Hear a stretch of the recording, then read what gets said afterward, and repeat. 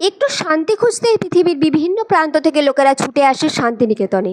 কিন্তু ইট বাড়ির পাথরের মধ্যে সেই শান্তি কি এখনও সত্যিই শান্তিনিকেতনে আছে, প্রশ্ন থেকেই যায়। কিন্তু সেই শান্তি পেতে এখন আসতেই হবে বোলপুরের কোপাই নদীর পাশে সবুজে ঘেরা সবুজপত্র নামের এক আবাসনে। কিন্তু বর্তমানে কিছু স্থানীয় একদল সুবিধাবাদী স্বার্থান্বেষী মানুষের জন্য আজ সবুজপত্র প্রজেক্টটি সংকটের মুখে। সমস্ত নথিপত্র থাকা সত্ত্বেও বর্তমানে সবুজপত্রের দ্বিতীয় ফেসের কাজ বন্ধ হয়ে গেছে। এর ফলে ক্ষতিগ্রস্ত প্রায় হাজারেরও বেশি খেটে খাওয়া অসহায় মানুষেরা। হ্যাঁ, আমার তো অসুবিধা হবে। এইখানে কাজ চলার জন্যই তো আমরা সব কিছু নির্ভর করে চলি। এইখানে কাজ যদি বন্ধ থাকে আমরা খাবো কি করে? কাজটা চালু না হলে তো আমরা খেতে, ছেলে পড়াশোনা, আমাদের সংসার, ছেলে স্বামী নিয়ে তো থাকতে পারবো না। আমাদের গ্রামে সেরকম কাজ নেই। এইখানে কাজটা আছে বলে আমরা সংসারটা চলছে, ছেলেবেলে পড়াতে পারছি, মানে নিজে পায়ে ওখানে দাঁড়াতে পারি। এই কাজটা বন্ধ হতে গেলে তো আমাদের সব দিকই তো মানে বসে থাকা আর তো কোনো কাজ নেই। কাজটা চালু হলে আমরা একটু মানে সব দিকে একটা সুযোগ পাবো, যে কাজটা হলে আমরা টাকা পয়সা, ছেলে পেলে পড়াশোনা সব দিকে একটা। আপনি কি এই গ্রামেরই বাসিন্দা? হ্যাঁ, আমার এই গ্রামেরই বাসিন্দা। এর পাশাপাশি প্রায় ৩০০টি পরিবার ভীত সন্ত্রস্ত। কিছু মানুষের প্ররোচনার এবং ভুল বুঝিয়ে স্থানীয় মানুষদের খেপিয়ে তোলার চেষ্টা করা হচ্ছে। বলা হচ্ছে বর্গাদারদের কাছ থেকে সঠিক টাকা না দিয়েই নামমাত্র দামে অধিকার গ্রহণ হয়েছে জমি। যদিও সমস্ত অভিযোগ অস্বীকার করলেন স্বয়ং বর্গাদাররাই। এদিন বর্গাদার নারায়ণ হেমব্রম বললেন, হ্যাঁ, কথা মানে আমি বাবার বর্গা ছিল, আমি ওয়ারিসেন। আমাদের যেটা করেছিল, কমপ্লেন ছিল যে বর্গাদার হিসেবে আমি আমার যেটা বাবার ছিল ওয়ারিস হিসেবে আমরা যেটুকু পাওয়ার সেটা পেয়েছি। হ্যাঁ, ন্যায্যটা বলতে যেটুকু সরকারি অনুযায়ী যেটা আমাদের ইয়ে থেকে ইনকোয়ারি করতে এসেছিল সেটা আমরা পেয়েছি। সরকারি হ্যাঁ, অনুযায়ী যেটা ধার্য হয়েছিল সেটাই হ্যাঁ, পেয়েছেন, হ্যাঁ, তাই তো? আমাদেরকে কাগজও দিয়েছিল যে এই তোমরা টাকা পাবে। কে কি বলছে সেটা আমার জানা দরকার নেই, কেননা এটা আমাদের সরকারি অনুযায়ী যেটা ওরা ইনকোয়ারি করেছে, দেখেছে, তারপরে আমাদেরকে ডেকেছে যে এই টাকা তোমরা পাবে, এইটুকু। বর্গাদারদের সরকারি হিসেবে যা ন্যায্য প্রাপ্য সেটাই তিনি পেয়েছেন। এদিন সবুজপথের কর্মকর্তা মহাদেব মণ্ডল জানান, দেখুন, কাজ বন্ধ বলতে ব্যাপারটা কিছু নির্দিষ্ট কয়েকজন মুষ্টিমেয় কয়েকজন লোকের অভিযোগের ভিত্তিতে ভূমি সমষ্টি যে আধিকারিক, ওনাদের এই অভিযোগটি খতিয়ে দেখার জন্য আমাদের প্রজেক্টেতে আপাতত কয়েকদিনের জন্য কাজটি বন্ধ রাখার জন্য বলা হয়েছে।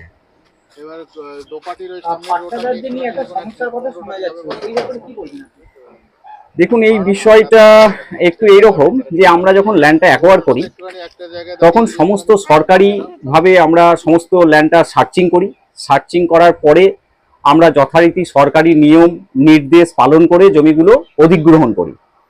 এবং এই জমি অধিগ্রহণের সময় রায়ত যারা বিক্রেতা তাদেরকে তাদের প্রাপ্য অর্থ বুঝিয়ে দেওয়ার পরেও 14 জন ওয়ারিসেন সহ 14 জন বর্গাদারকে তাদের প্রাপ্য অর্থ আমরা বুঝিয়ে দিই, এবং সেটা সরকারি নির্দেশ মেনে। এখন বাংলারভূমি.com-এ যদি আজকের ডেটে টিল ডেট যদি আপনি দেখেন, সেখানে কোনো পাট্টাদারের উল্লেখ নেই, বা সরকারিভাবে বা পাট্টাদারের তরফ থেকেও কোনো ক্লেম আমাদের কাছে আসেনি। শোনা যাচ্ছে যে নামমাত্র কম্প্রেশন দিয়ে আপনারা জমিটা অধিগ্রহণ করেছেন। এটা একদমই ঠিক নয়, কারণ হচ্ছে আমাদের কাছে এই সমস্ত পেপারস যদি আপনারা দেখেন তাহলে বুঝতে পারবেন যে সরকারি নির্দেশ অনুযায়ী সমস্ত মিউটেশন করা হয়েছে, পঞ্চায়েত ট্যাক্স পেমেন্ট করা হয়েছে, ঠিক আছে। এবং সরকার আমাদেরকে যে কম্পেনসেশনের একটা লিস্ট দেওয়া হয়েছে, সেই লিস্ট অনুযায়ী আমরা প্রত্যেককে তাদের প্রাপ্য অর্থ বুঝিয়ে দিয়েছি যার যা আছে, এবং সেগুলি প্রত্যেকটা টাকা আমরা অন অ্যাকাউন্ট পেমেন্ট করেছি। আমরা সমস্ত জমি সরকারি নির্দেশ মেনে এবং সরকারি ওয়েবসাইটে বাংলাভূমি.com-এ ভেরিফাই করার পরেই তার প্রাপ্য টাকা দিয়ে জমিগুলো কেনা হয়। এই বেসরকারি আবাসনটি হতে যাদের কাছ থেকে জমি নেওয়া হয় তারাও পরিষ্কার জানিয়ে দেন সবুজপত্রের মালিক তাদের সঠিকভাবে সমস্ত টাকা পয়সা মিটিয়ে দেওয়া হয়। সবুজপত্র যে আবাসনের যে প্রজেক্টের কাজটা করছে তার জন্য আপনার কাছ থেকে কতটা জমি নিয়েছিল? আমার কাছ থেকে 15 বিঘার মতো নিয়েছিল। আচ্ছা, কত সালে? 2022 সাল। ঠিক আপনি যে জমিটা দিয়েছেন তার ন্যায্য মূল্য আপনি পেয়েছেন? আমি ন্যায্য মূল্য পেয়েছি। আপনি জমি দেওয়ার পর আপনি নিজে সন্তুষ্ট? হ্যাঁ, আমি সন্তুষ্ট। আমি জমিটা কিনেছিলাম আজ থেকে 9 বছর 10 বছর আগে। সবুজপত্র কিনেছে 2022 সালে। সব কিছুই ঠিকঠাক ছিল, মানে পাঁচিল ঘিরে দিয়েছে, সব কিছুই দিয়ে দিয়েছে। তারপরেও করেছে কী ঝামেলা আমি কিছু বুঝতে পারছি না। আপনি আপনার সাথে কোনো অসুবিধা? না না না, আমার সঙ্গে কোনো অসুবিধা হয়নি। আমাকে সবুজপত্রের মালিক পয়সা মিটিয়ে দিয়েছে, আমি জমি বিক্রি করে দিয়েছি। এখানকার এক স্থানীয় বাসিন্দা বলেন, এখানে এটা খুবই একটা সুন্দর মনোরম জায়গা, আপনারা নিজেরাও দেখতে পারবেন যদি একটু ঘুরে দেখেন। আমরা এখানে সবুজ পথে আমি মোহর কিনেছি, আর কিনেছি আমরা প্রায় 200 জনের ওপর এখানে থাকেন। তো আমরা এখানে এই বাড়িগুলো কেনার আগে কাগজপত্র দেখে সব কিছু করেছি। তারপরে আমরা বেশিরভাগ লোকই, প্রায় আমার মনে হয় 90% ওপরই হবে, তারা সমস্ত রেজিস্ট্রি করা, গভর্নমেন্টের ট্যাক্স দেওয়া, মিউটেশন সবই করিয়ে নিয়েছেন। এখানকার পরিবেশ, মানুষ, এদের সবার সাথে একটা এমন আত্মিক সম্বন্ধ হয়ে গেছে না, একটা পরিবারের মতন লাগে, আর খুব আনন্দ পাই এখানে এলে। হঠাৎ এই নতুন একটা দেখছি একটা অদ্ভুত গন্ডগোল সৃষ্টি হয়েছে, এটা খুব দুঃখের লাগছে আমাদের বাড়ি কাছে। কেনার আগে সমস্ত কাগজপত্র দেখে যাচাই করে এখানে বাড়ি কিনেছেন এবং এখানকার কর্মকর্তারা সরকারি যা যা বাড়ি কেনার সময় যা সবই করে দিয়েছেন। সবুজ পথের আর এক কর্মকর্তা অভিজিৎ ধার দেখুন, সবুজপত্রের পথ চলা শুরু প্রায় 11 বছর আগে, এবং শেষ 2 বছর ধরে আমরা ফেজ 2 এর কাজ করছি। তবে আমরা নিজেরাই স্তম্ভিত যে 2 বছর কাজ করার পরেও হঠাৎ করে কেন ফেজ 2 এর কাজ এইভাবে বন্ধ করে দেওয়া হলো।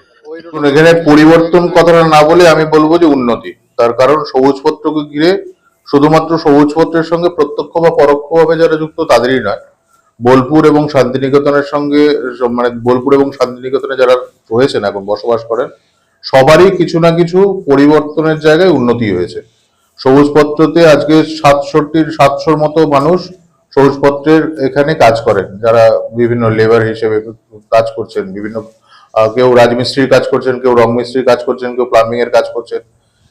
300টির বেশি পরিবার এখানে সবুজপত্রে থাকেন ফেজ 1 এর, কেন ফেজ 1 কমপ্লিট হয়ে গেছে। আপনারা নিজেরাও দেখেছেন ঘুরে যে ফেজ 1 এর মানুষজনরা রয়েছেন, এবং তাদের সঙ্গে আপনারা হয়তো কথাও বলেছেন বা বলবেন। তো সেক্ষেত্রে 300টি পরিবার তারা রয়েছেন। আমাদের এখানে 70 জন প্রায় কন্ট্রাক্টর, লেবার কন্ট্রাক্টর, সাপ্লায়ার্স রয়েছেন।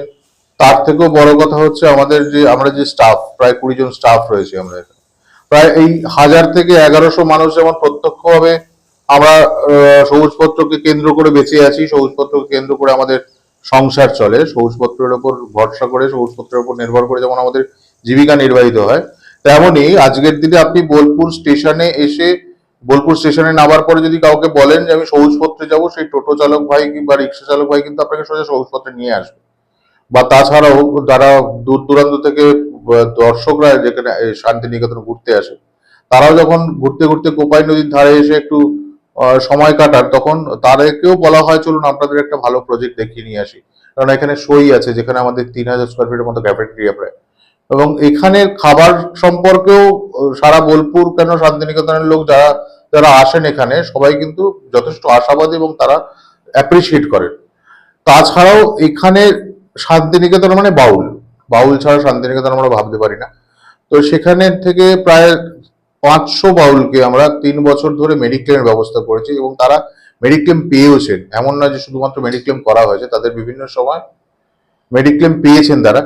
তো এই জায়গা থেকে দেখতে গেলে সবুজপত্রকে কেন্দ্র করে এখানকার মানুষদের, স্থানীয় মানুষদের যারা প্রত্যক্ষ এবং পরোক্ষভাবে যুক্ত, তাদের সকলেরই আর্থিক সামাজিক উন্নতি হয়েছে। তাই পরিবর্তনের জায়গায় আমি বলবো যে আমাদের সোশিও ইকোনমিক্যাল ডেভেলপমেন্ট হয়েছে, নট অনলি চেঞ্জেস। এই সমস্যার জন্য আপনারা কি প্রশাসনের দ্বারস্থ হয়েছেন? প্রশাসনের দ্বারস্থ আমরা হয়েছি। আমরা সমস্ত সরকারি প্রশাসনকে আমাদের এই সমস্যার কথা জানিয়েছি, তাদের চিঠি দিয়েছি, এবং মাননীয় মুখ্যমন্ত্রী শ্রীমতী মমতা বন্দ্যোপাধ্যায় এবং বর্তমান রাজ্য সরকারের উপর আমাদের সম্পূর্ণ ভরসা আছে, এবং আমরা আশা রাখি খুব শীঘ্রই আমাদের এই সমস্যার সমাধান হয়ে যাবে। জানান, আমরা প্রশাসনের দ্বারস্থ হয়েছি। আমরা প্রশাসনের কাছে অনুরোধ করব যত তাড়াতাড়ি সম্ভব এই জটিলতা কাটিয়ে আমাদের কাজটা সুষ্ঠুভাবে শুরু করা হোক। এখন আমাদের বিষয় প্রশাসনের হাতে। কতক্ষণ হস্তক্ষেপ করবে, তাড়াতাড়ি এই জটিলতা কাটিয়ে উঠে আবার কাজ শুরু করা যায় এবং এই হাজারেরও বেশি মানুষের মুখে কবেই বা হাসি ফোটে। আমি এই প্রজেক্টের সঙ্গে বিগত 6-7 বছর ধরে সরাসরিভাবে যুক্ত আছি। এখানকার প্লাম্বিং, স্যানিটেশন এবং ওয়াটার সাপ্লাইয়ের সমস্ত মেটেরিয়াল আমি সাপ্লাই করি। এখানে অসুবিধা বলতে ধরুন এই প্রজেক্ট যদি বন্ধ হয়ে যায় তাহলে আমি অর্ডার মতো বহুত টাকার কয়েক লক্ষাধিক টাকার মাল আমি মজুত করেছি, সেই মেটেরিয়ালগুলো সাপ্লাই যদি না দিতে পারি যথেষ্ট অসুবিধা হবে। এবং এই অসুবিধা সত্ত্বেও মালিকপক্ষ আমাদের সঙ্গে যোগাযোগ করে যাচ্ছেন, আমরা পাশে আছি, কিন্তু কতদিন ওনারা থাকবেন? এই প্রজেক্টটা যদি বন্ধ হয়ে যায় আমার আন্ডারে আরও 15 থেকে 20 জন লেবার বা মিস্ত্রি কাজ করেন, প্লাম্বার কাজ করেন, তাদের রুটি রুজি সংসার এখান থেকেই চলে। যার ফলে অনেক আমাদেরকে এখন দুঃসময় চলছে, মানে অনেক সমস্যার মুখোমুখি আমাদেরকে হতে হবে। তো আমরা এটাই চাইবো যে এখানে বহু লোকের কর্মসংস্থান হয়েছে। এর সাথে সাথে সবুজপত্র বোলপুরের একটা ব্র্যান্ড, সবুজপত্র বোলপুরের পর্যটন শিল্পেও যথেষ্ট অবদান রেখেছে, কারণ বহু পর্যটক এখানে আসেন। তার সাথে সাথে প্রত্যক্ষভাবে আমরা যেভাবে সবুজপত্রের সঙ্গে জড়িত আছি, কয়েকশো কর্মী, তার সাথে সাথে পরোক্ষভাবেও অনেকজন এখান থেকে কর্মসংস্থান হচ্ছে। তাই আমাদের একটাই আবেদন বা অনুরোধ, যাতে এই প্রজেক্টের সমস্ত আইন কানুন মেনে খতিয়ে দেখে প্রজেক্টটা তাড়াতাড়ি শুরু করা যায়, কারণ কয়েকশো লোকের কর্মসংস্থান, কয়েকশো লোকের রুটি রুজির ব্যাপার এখানে। আমার এখানে গার্ডেনিংয়ের কাজগুলো আমি করি। আমার টিমে 17-18 জন আছে। মূল কথা তাদের রুজি রুটি এখান থেকেই চলে। তো এখনো পর্যন্ত আমার যেটা অল্প অল্প সমস্যার মধ্যে সম্মুখীন হতে শুরু করে দিয়েছি, সেকেন্ড ফেজে আমার গার্ডেনিংয়ের কাজ চলছিল। তো সেকেন্ড ফেজের কাজগুলো বন্ধ হয়ে যাওয়াতে আমি কিছু কাস্টমারের কাছে অ্যাডভান্সও নিয়েছি, তাদের কাজগুলো আমি আর দিতে পারছি না। তো এই মতো অবস্থায় আর গার্ডেনিংয়ের কাজ আপনারা জানেন যে হাফ ডান হয়ে যদি থেকে যায়, সেটা যদি কাজটা বন্ধ হয়ে যায়, আমি যদি কাজটা না করতে পারি, সেই অর্ধেক কাজটাও আর কিছু থাকবে না, আমাকে আবার প্রথম থেকে শুরু করতে হবে। আর সেই ক্ষতিপূরণটা আমার কেউই দেবে না। কাস্টমারকে তো আমি সম্পূর্ণ বাগান দিতে হবে, তবে সে টাকা দেবে। তো এইরকম আমি একটা প্রবলেমের মধ্যে পড়েছি। যদি কাজটা, সবাই তো নিশ্চয়ই চাইবো যে কাজটা তাড়াতাড়ি শুরু হোক, তাহলে আমাদের সেই ক্ষতির আশঙ্কা থেকে বাঁচতে পারি। প্রচুর সমস্যার সম্মুখীন হয়ে গেছি, কারণ আমি গত 10 বছর ধরে এই প্রজেক্টে যুক্ত আছি। তো এখন এই কিছুদিন কাজ বন্ধের জন্য আমি অনেকটাই চাপে পড়ে গেছি। কোম্পানির সঙ্গে যদিও যুক্ত আছি বলে যতটুকু হেল্প করছেন, কিন্তু সেটা তো আর বেশি দিন চালাতে পারবেন না কোম্পানি। তাই চাইছি যত তাড়াতাড়ি সম্ভব আমার এই কোম্পানির কাজ যেন চালু হয়ে যায়, কেননা আমার লোকজনকে নিয়ে এখন প্রচুর সমস্যায় পড়ে গেছি। সবসময় 10-20 লোকজন আমার এখানে কাজ করতেন, এই সব লোকজনকে আমি আর সামাল দিতে পারছি না। তাই আমি চাইবো যেন এই কোম্পানি আমার খুব তাড়াতাড়ি চালু করে দেন। আমার কাজের জন্য আমি খুব অসুবিধায় পড়ে গেছি। এই 10 বছর আমি এখানেই যুক্ত আছি, এখানেই আমার সব কিছু চলে, লোকজনকে নিয়ে কাজ করা, আমার পরিবার সব কিছু এখানে নির্ভরেই চলে। আজ আমি প্রচুর কষ্টের মধ্যে আছি।